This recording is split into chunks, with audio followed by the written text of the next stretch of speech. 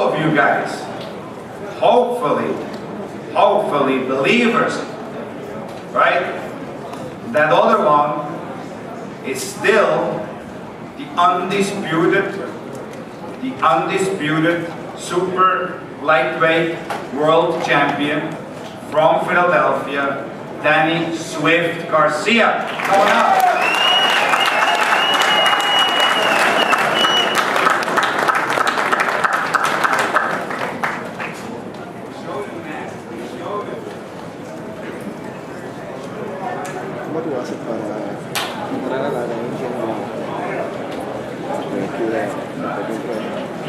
First of all, I want to thank God.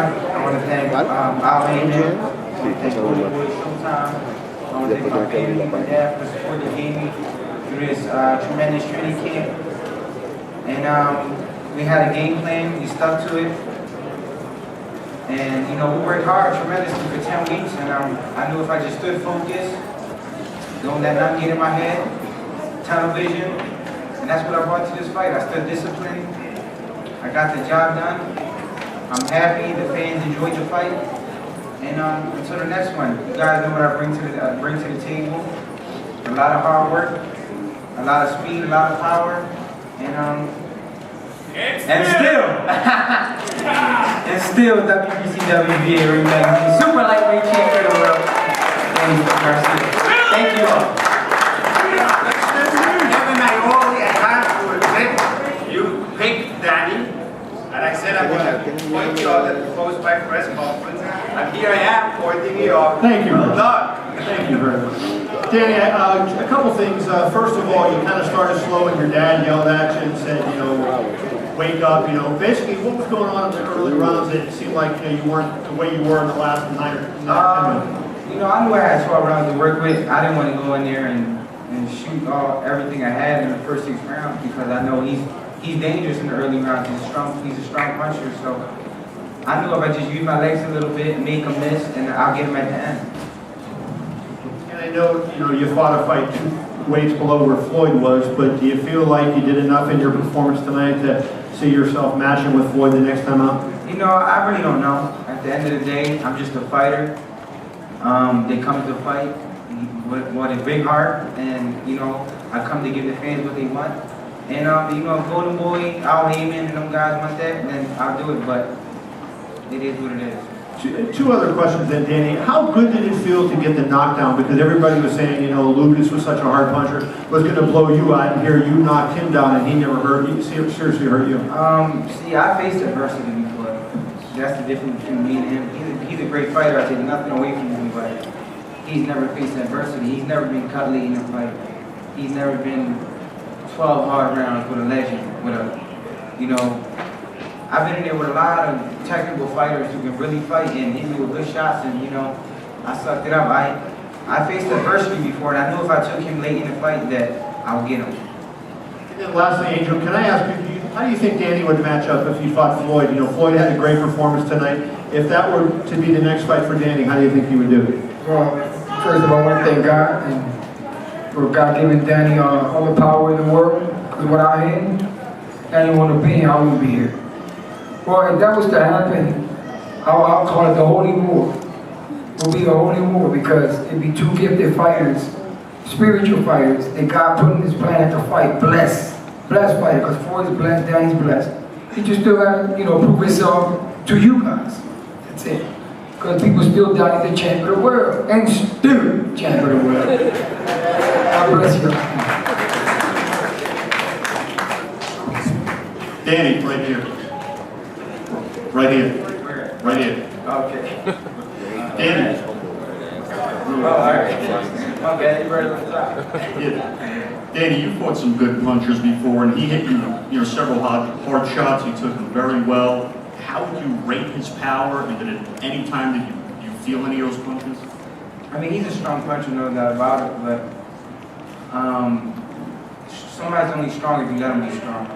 And a lot of the punches he caught me with, I was pulling my head back a little bit, I was blocking a little bit, so I never really felt his power. I mean, he's a strong puncher, I felt his aggressiveness, but he never really hurt me in the fight. And it seemed like the first couple of rounds were really close. He was putting a lot of pressure on you, and the tide seemed to change around the 6th when you closed his eye. At that point, you seemed like you got a boost and you were putting your combinations together. You were starting to tee off on him a little bit. When you saw the eye close, did that just say, you know, I got to really put it on this guy? Like right there, it was in my head. I was like, before the fight, I was like, this guy has never faced adversity. He's never been cut. He's never been hurt. And that was my game plan to go in there. To cut his eye, to make his eye swollen, knock him down. I did both things. And that's what true champion does.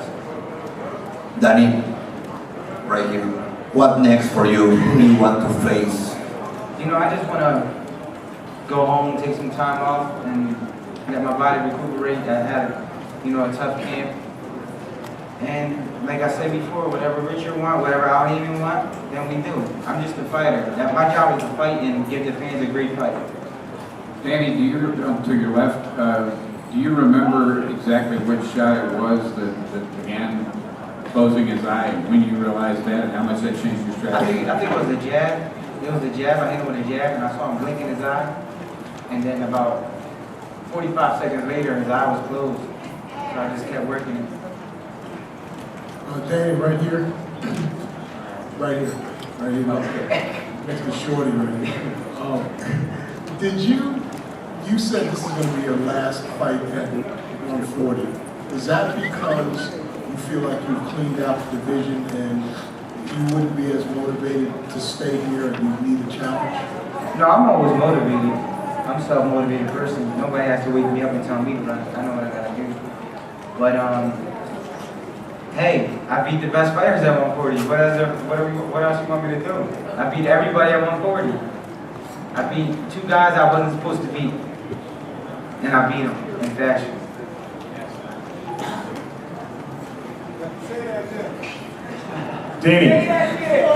Danny, you said that Lucas hadn't fought the adversity that you fought right here.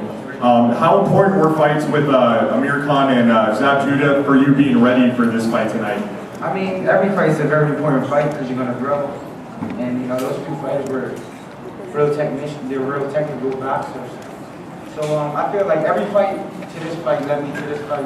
And the experience, like I said before, I'm only 25, but that was my 5th championship fight. I'm starting to feel like a young veteran. Hey, Danny, did the fact that everyone was picking Matthysse to knock you up, did that inspire you at all tonight? No, because at the end of the day, I had tunnel vision. I don't really pay attention to the media. I don't really care what people say about me. I know what I can do. My dad knows what I can do. He believes in me. And as long as my kid believes in me and I believe in myself, no one can beat me.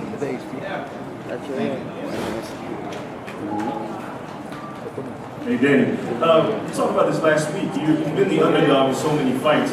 What happens when you become the favorite? How do you treat that? I mean, like I said, I'm gonna approach it the same way. Hard work in the gym, stay disciplined, live a good life, and go out there and get the job done. I don't pay attention to the media. I know what I can do. My team know what I can do. Like I said, I go into every fight with that same strong mindset. And one other question for you. You know, earlier you talked about making Lucas respect your power. Do you think you made him respect your power in the early rounds? I made him think. I know that.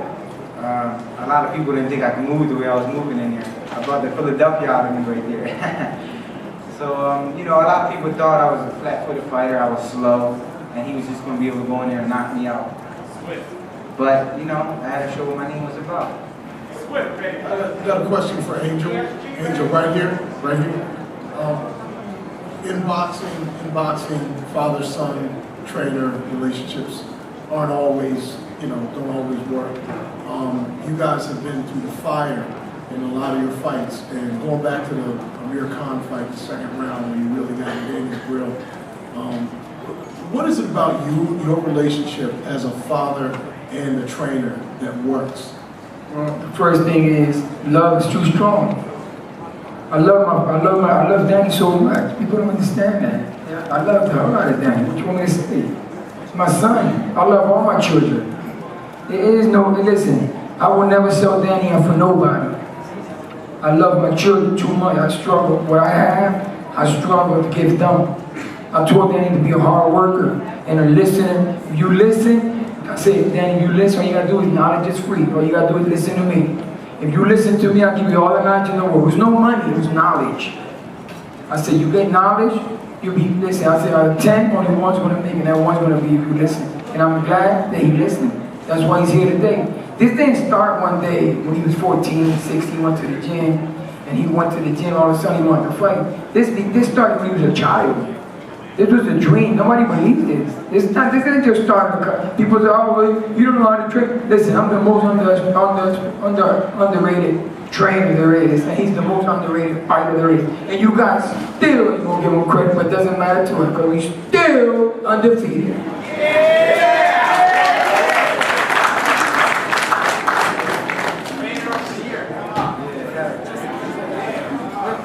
I don't even want that, honestly. I don't even want that. Cause you know what? That ain't gonna make me no better. Give me some millions.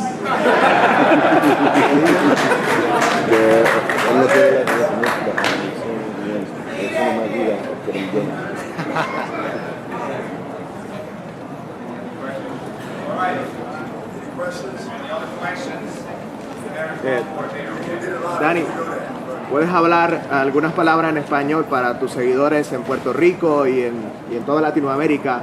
Y después de... Okay. Will you speak a little bit in Spanish for your followers in Puerto Rico and all Latin America, please? For all the Latin American people. You need the mic. Can't hear him. No, you need the mic. Can't hear him.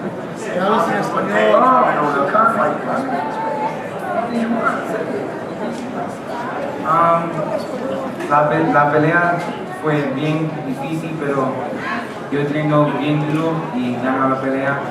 Y gracias a todos los latinos que apoyan.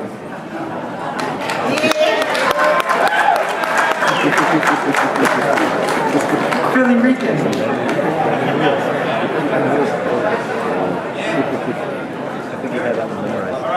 Thank you all. Avisa.